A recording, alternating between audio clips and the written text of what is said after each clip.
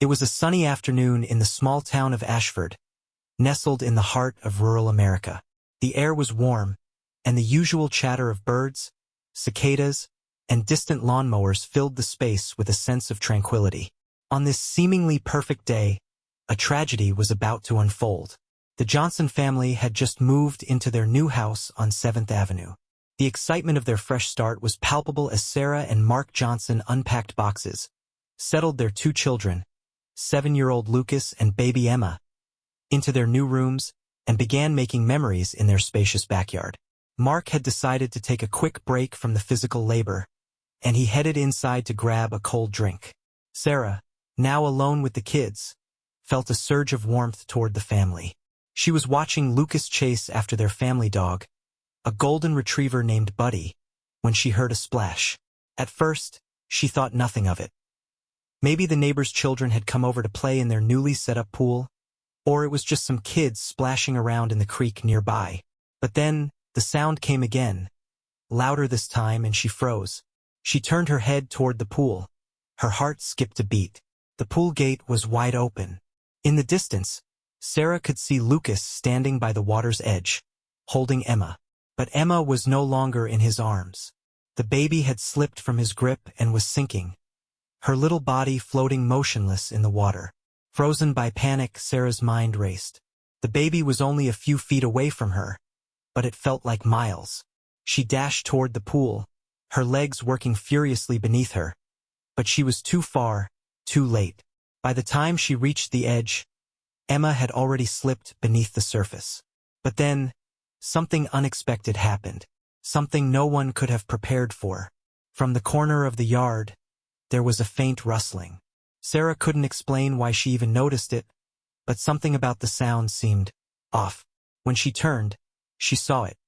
Her eyes locked with the wild, determined gaze of an old K9 dog that had been abandoned and left to roam the streets. His coat was patchy, his eyes sharp with a mixture of experience and instinct, and his body was lean and powerful despite the years he had spent alone. The dog, once a police K9, was walking toward her at an unhurried pace, his eyes fixed on the pool.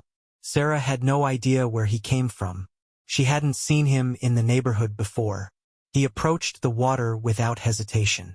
And then, before Sarah could even process what was happening, the dog leaped into the pool, his body slicing through the water like a seasoned swimmer. His powerful limbs paddled with purpose, his muzzle submerged under the water, searching for the tiny form of Emma. "Get him out of there!" Sarah screamed, her heart pounding in her chest. But to her astonishment, the dog did not retreat. Instead, he dove further into the deep end, circling Emma's limp form. With surprising precision, he grabbed her by the back of her onesie and dragged her toward the shallow end of the pool. The crowd of neighbors who had gathered on the periphery of the yard gasped in shock as the dog emerged, his mouth carefully clutching the baby, pulling her to safety.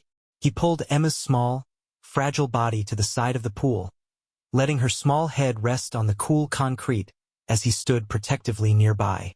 His chest heaved in rapid breaths, his tired body feeling the toll of the action, but there was no time for rest. Sarah fell to her knees, her hands trembling as she reached for her baby. She scooped Emma up, holding her tightly, her tears blurring her vision. Emma's tiny chest was still, no sign of movement. The baby wasn't breathing. Panic set in once again, and Sarah felt as though the world was closing in around her. She screamed for Mark, but before he could reach them, something incredible happened. The dog, who had been standing a few feet away, walked closer. He sat down and stared at Emma, his eyes unblinking. It was as though he was waiting, and somehow, Sarah knew instinctively what he wanted her to do. She hesitated for a split second. Had she missed a step? Was there something she could do?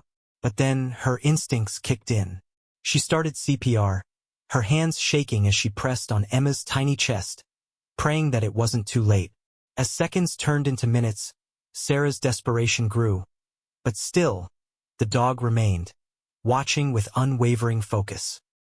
His head tilted ever so slightly, as though in silent encouragement.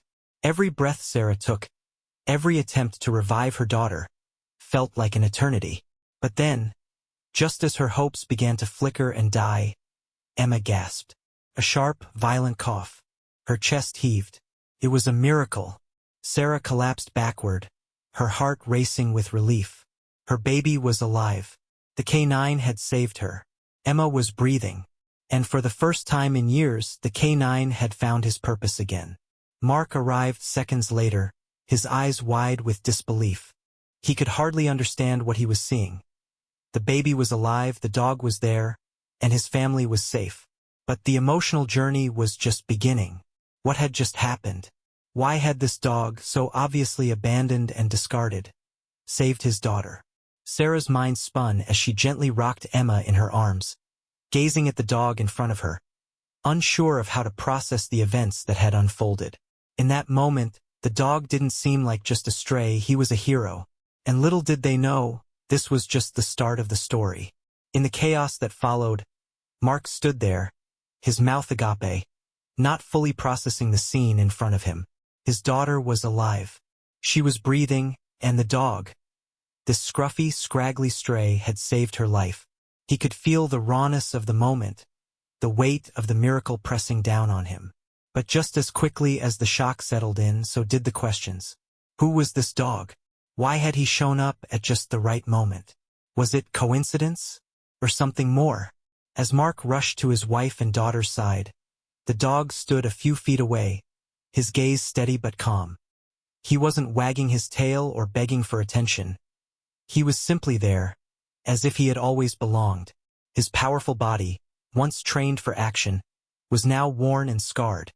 Yet he remained alert, watching the family with an intense focus. Mark crouched beside Sarah and Emma, his hands hovering above his daughter as she continued to cough and cry.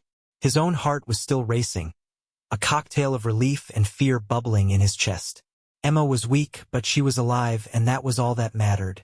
He quickly wrapped his arms around her, brushing her wet hair away from her face, his voice cracking as he whispered, "You're okay, Emma, you're okay." Sarah could barely respond, overwhelmed by the adrenaline coursing through her veins. She kept her eyes on the dog, unsure of what to make of him. "Where did he come from?" she asked softly, still in disbelief. "I don't know," Mark replied, his voice hoarse. "But I don't think it matters. He saved her. That's all I care about right now." Sarah nodded, her thoughts jumbled, but she couldn't tear her eyes away from the dog. She was deeply grateful for what he had done, but a new wave of confusion washed over her. Why had he been abandoned in the first place? What had brought him here? And then, as if on cue, the dog took a step forward, his paws making a soft padding sound against the ground. Without breaking eye contact, he moved toward the pool's edge and sat down again, his body tense and alert. It was clear that he wasn't just a stray. There was something deeper, something meaningful in the way he watched over them. Before Sarah could respond, a voice called from the side. "Is everyone okay?" It was their neighbor, Karen, who had witnessed the entire scene unfold from her front yard. She had rushed over as soon as she saw Sarah struggling with Emma. Her voice shook as she looked between the dog and the baby, trying to piece it all together. "He saved her," Sarah managed to say, still holding Emma close, her voice barely above a whisper. "I don't know where he came from, but he saved her." Karen's eyes widened, but her face softened in awe as she approached the dog cautiously. "That's incredible. You're lucky. He must have been a trained police dog or something." The mention of police dog sent a chill through Sarah. Her mind raced as she processed the possibility. Could it be true? Was this dog once part of the force? The way he carried himself, the focus, the precision with which he had acted in the pool, suggested that he wasn't just a regular dog. No, this was a dog who had been trained for something far more intense than fetching sticks or chasing after tennis balls. Suddenly, the gravity of the situation began to sink in. This dog had once been part of a team, a partner to a human officer. And somehow, he had ended up abandoned and lost on the streets. He had been cast aside like an old tool no longer needed, yet he had found his way to the Johnson family at just the right moment, when they needed him most. The question hung in the air. How had a dog so skilled, so dedicated, ended up forgotten? And why had he chosen this moment to act? As Sarah and Mark continued to comfort Emma, Karen moved toward the dog, her voice gentle but filled with curiosity. "What's your name, buddy?" she asked softly, extending a hand toward him. The dog hesitated but didn't flinch. He stood, his body tense but relaxed enough to allow the contact. Karen slowly rubbed the back of his neck. "You're a good boy, aren't you? You saved that baby. You're a hero." The dog's eyes softened for a moment, but there was a sadness there. His tail didn't wag. He wasn't seeking affection, but there was a quiet recognition in his eyes. He had been through something that had left its mark. At that moment, Sarah's heart swelled with gratitude. She had no idea what the dog's past was, but she couldn't deny the bond that had been forged between them in this one incredible moment. He had done what many would have deemed impossible.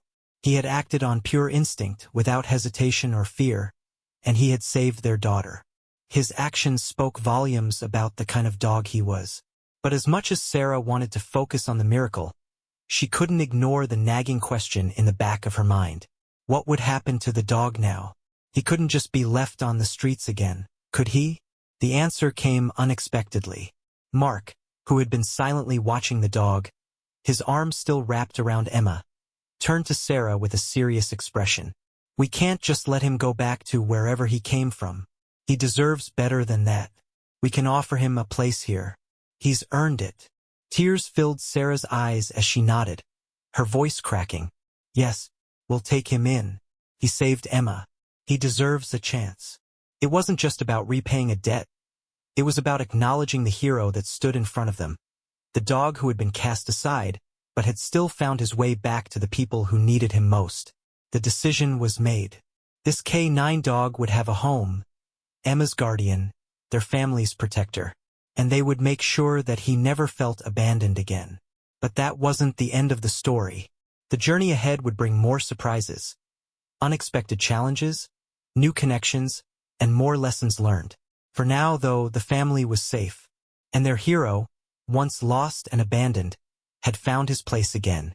It had been a few days since the incident, and the Johnsons were adjusting to the new reality that came with adopting their unexpected hero. The dog, who they had taken to calling Max, had settled into their home as if he had always belonged there. He followed them around with a quiet vigilance, watching over them with the same protective intensity he had shown on that fateful day. But beneath that watchful exterior, there was a gentle kindness. He had quickly formed a bond with Emma, who giggled and babbled excitedly whenever Max was near, her tiny hands reaching out to pat his weathered head. The family had been able to breathe again, to find a sense of normalcy after the terrifying incident in the pool. But the questions about Max's past remained unanswered. One evening, as the family sat down for dinner, Sarah couldn't shake the feeling that there was more to the story, more to Max's past that they needed to understand.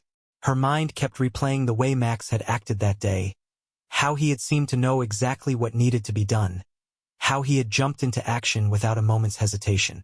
It wasn't just luck. It wasn't just instinct. There had to be something more. Mark, who had been scrolling through his phone, looked up as Sarah's face contorted in thought.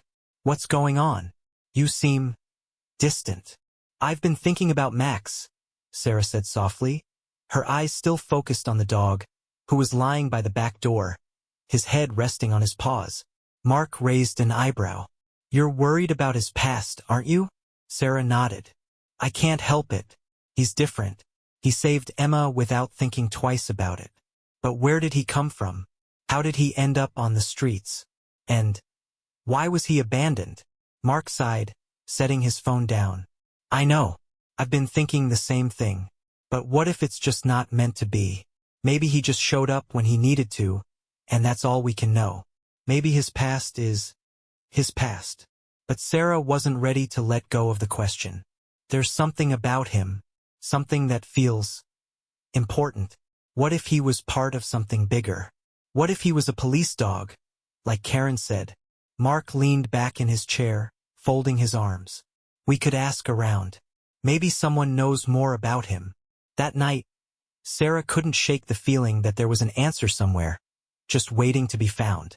The next morning, while Mark took the kids to the park, she made up her mind. She would find out who Max really was, who he had been before he became the dog who saved Emma. After dropping the kids off, she visited the local animal shelter. She hoped that someone there might have a clue about Max's past. As she entered the building, the familiar scent of disinfectant and pet food greeted her. It was a quiet morning, and the staff was busy cleaning and caring for the animals. Sarah approached the counter, where a woman in her mid-30s was sorting through paperwork. "Excuse me," Sarah said hesitantly. "I was hoping you might be able to help me. I have a dog, and I believe he might have been a police K9. His name's Max, and he's a stray." The woman looked up, her eyebrows furrowing slightly. "A police K9, you say? Well, we don't see many of those around here, but we do occasionally get dogs from the force who've retired or been rehomed." "What does he look like?" Sarah described Max in detail. His brown and black coat, his powerful build, the scars that lined his body, and the woman's face changed as she listened. "I think I know the dog you're talking about," the woman said, her voice suddenly quieter. "He's one of the old K9s from the Ashford Police Department." Sarah's heart skipped a beat. "You know him?" The woman nodded. "He used to be partnered with Officer Dan Baker. They were quite the team. Dan retired about 3 years ago, and Max, well, he was placed in a new home. But the family wasn't prepared for him. He's a trained working dog, and they couldn't handle him. Eventually, they gave him up. He started roaming the streets after that. No place to go, no one to care for him." A pit formed in Sarah's stomach. Max had been abandoned? He had been a police dog, a hero, and yet he had been cast aside like an object, as if he no longer mattered. The pain of that realization was sharp, and it cut deeper than she expected. "But why did they give him up?" Sarah asked, her voice thick with emotion. "He was trained to save lives. He had purpose. He deserves better than that." The woman's eyes softened. "It's not always that simple. These dogs are incredibly dedicated, but they can be difficult to adjust to family life after years of being in service. Some people think they can handle it, but it takes a special person to really understand them. Max was a great dog, loyal, focused, but also intense. The family just couldn't meet his needs." Sarah felt a pang of sorrow for Max. He had given everything to his job, only to be discarded when he no longer served a clear purpose. The thought was almost unbearable. "Do you know where Officer Baker is now?" Sarah asked, her voice quiet but determined. The woman nodded. "He retired a few years ago, but he still lives in town. He might be able to tell you more about Max's time with the department." A plan began to form in Sarah's mind. If Officer Baker could offer more insight into Max's history, maybe they could help him heal from the emotional scars of his abandonment. Maybe they could give him the life he deserved. As she left the shelter, her heart heavy with the knowledge of Max's past, Sarah felt more connected to him than ever. She had promised him a home, a place where he would never be abandoned again, and she was going to make sure that promise was kept. But she knew the journey was far from over. The road ahead would be filled with healing, understanding, and perhaps a new beginning for both Max and the Johnson family. And it would be one they would face together. The following afternoon, Sarah found herself standing in front of a modest, single-story house on the edge of Ashford. The house was nestled on a quiet street, surrounded by trees, and with a well-maintained garden in the front yard. Officer Dan Baker's home. She had made the decision to find him after her conversation at the animal shelter. She had to know more about Max's history, to understand the full picture of the dog who had so selflessly saved Emma. The shelter worker had given her directions, and after a short drive, she had arrived at his house. The anxiety in her chest fluttered like a nervous bird, unsure of what she would find. She took a deep breath and approached the door, her hand trembling slightly as she knocked. A few seconds later, the door opened, revealing a tall man in his early 50s.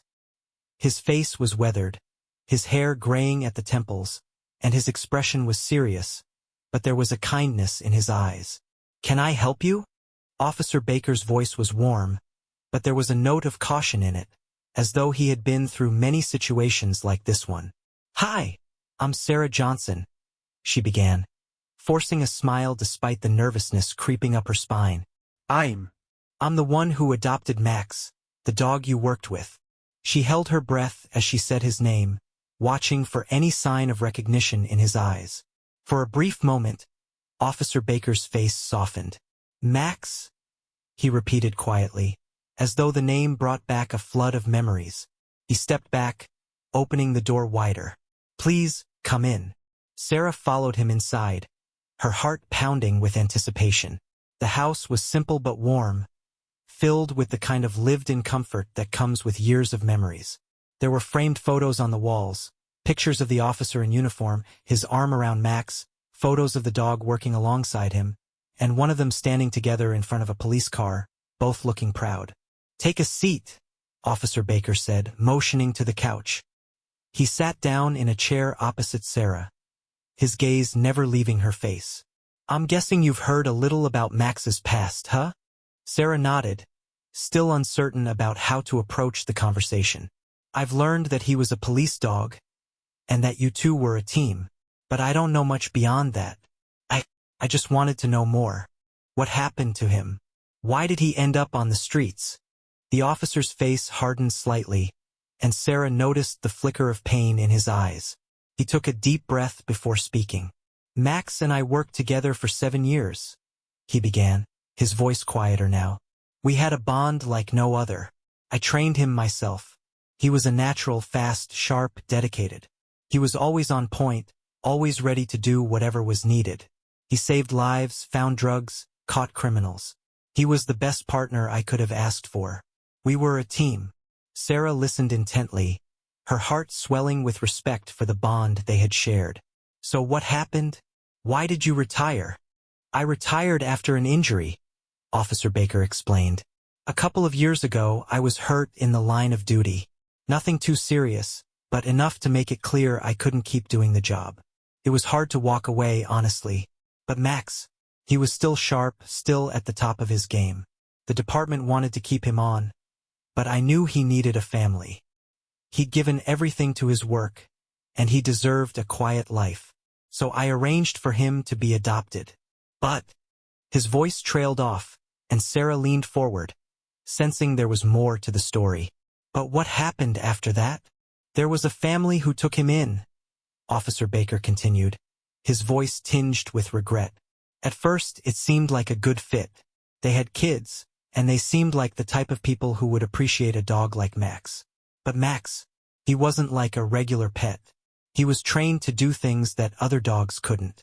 He was intense, hyper-focused, and he didn't always know how to be gentle with kids.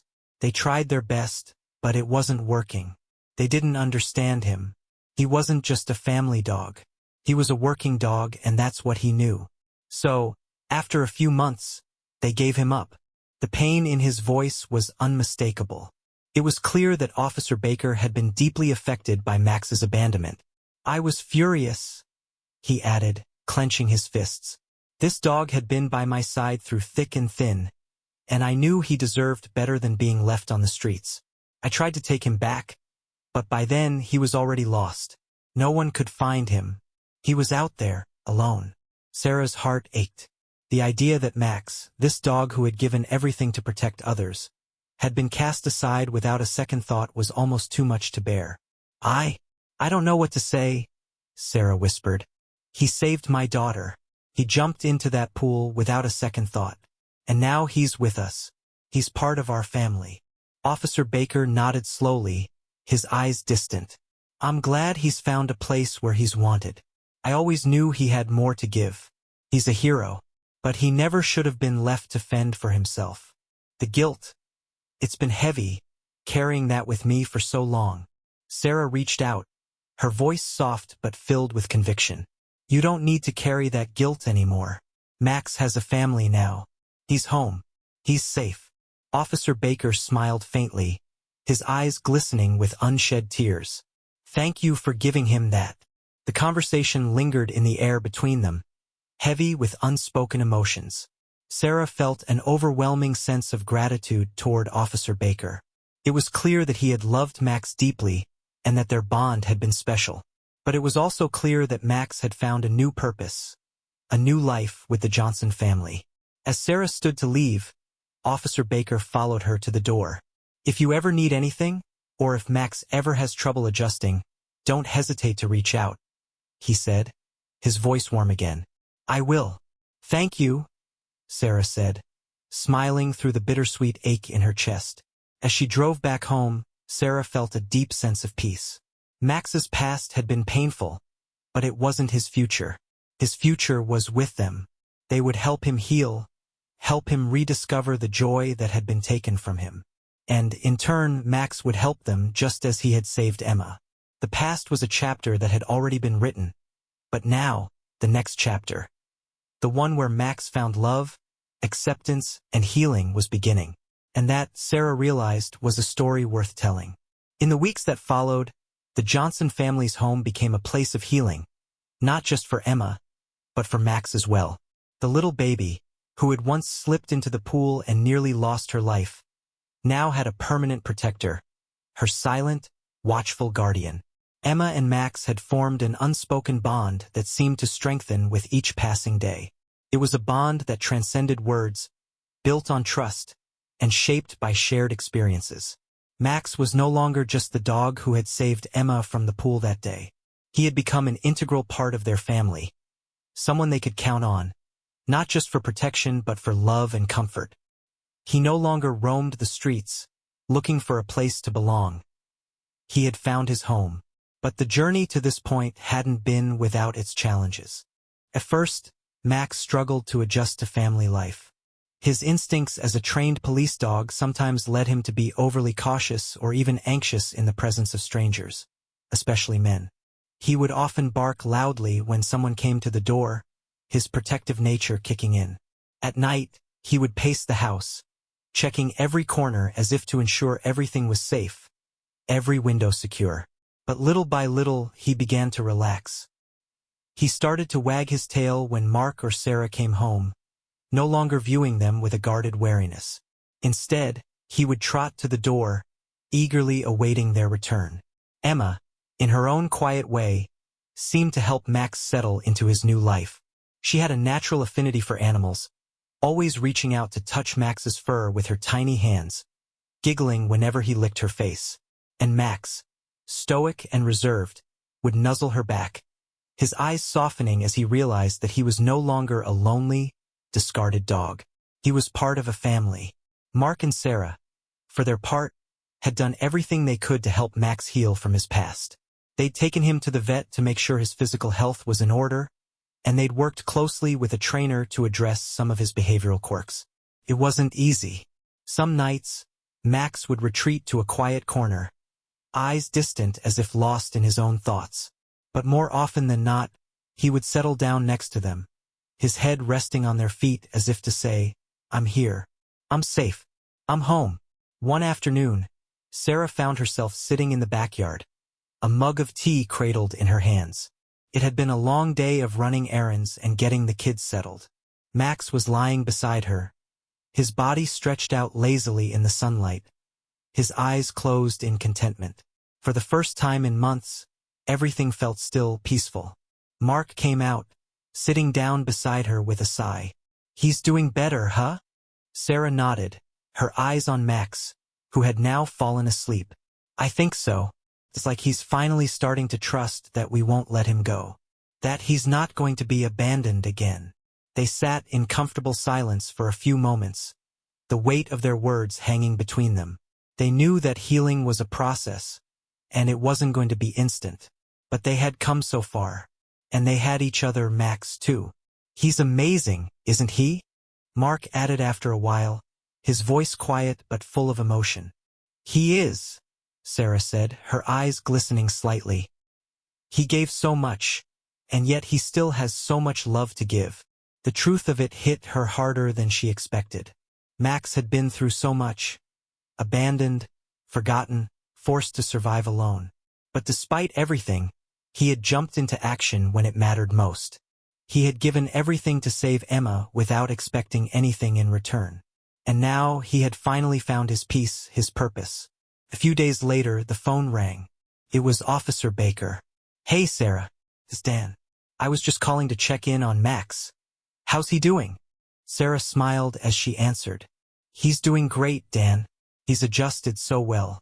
I can't even explain it. It's like he's finally at home." "That's good to hear." Officer Baker's voice was warm. "I've been thinking about him a lot. Feels good to know he's found a family. A real family." There was a long pause on the line before Officer Baker spoke again. "You know, Sarah, I never really thanked you for taking him in, for giving him the chance to be more than just a working dog. He was everything to me, but I couldn't be the one to give him what he needed in the end. You did that. You gave him a second chance." Tears welled in Sarah's eyes as she blinked them away. "We didn't do anything special, Dan. Max saved our daughter. He gave us a second chance." There was a deep silence between them for a moment. "Well," Officer Baker said softly, "you did more than that. You gave him a family. And for that, I'll always be grateful." Sarah's chest tightened, a lump forming in her throat. "I think we're all just grateful for everything he's done, for who he is. Max is more than just a dog to us now. He's part of our family." As the conversation ended, Sarah's heart swelled with a quiet, bittersweet joy. Max had found his place in the world, and in return, he had given them a gift beyond measure. In the years that followed, Max would continue to serve as a guardian for Emma and the Johnson family. He watched over them as Emma grew older, always protective, always loyal. He was there on the first day of school, standing guard by the door as she nervously waved goodbye. He was there during family gatherings, quietly observing, his eyes always on the people who had become his family. And through it all, Max never asked for anything in return. He simply gave his heart, his protection, his unwavering loyalty. He was a dog who had once been lost and forgotten. But in the end, he was found. Not by fate, but by the love of a family who would never let him go. And in that simple truth, the Johnson family learned something invaluable. That love is what heals us, that we all have a purpose, and that no one, no matter how lost they may seem, should ever be abandoned.